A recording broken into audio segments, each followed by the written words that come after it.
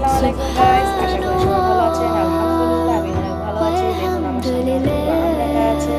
আম যেহেতু আছে, আম মাখা না খেলে কেমন হয়? চলুন আম ছিলে এখন কাটা যাক।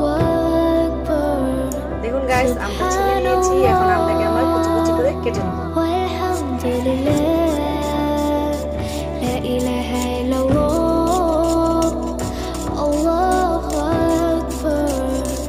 দেখুন আমরা অনেক পাতলা পাতলা করে কেটে নিয়েছি।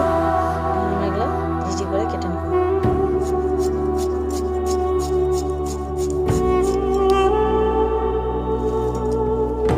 আমগুলো আমরা কেটে নিয়েছি অনেক পাতলা করে। এখন আমরা শুকনো মরিচ ভাজা শুকনো মরিচ দিয়ে মাখাবো। আমরা শুকনো মরিচ ভেজে গুঁড়া করে নিয়েছি। তার সঙ্গে দিব একটু সরিষার তেল।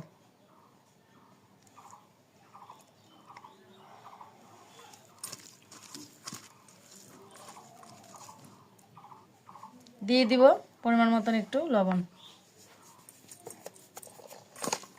ভালো করে মিক্সড করে নিব।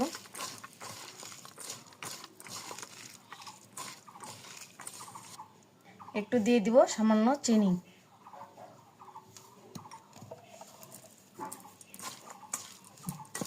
খেতে অসাধারণ মজা হবে।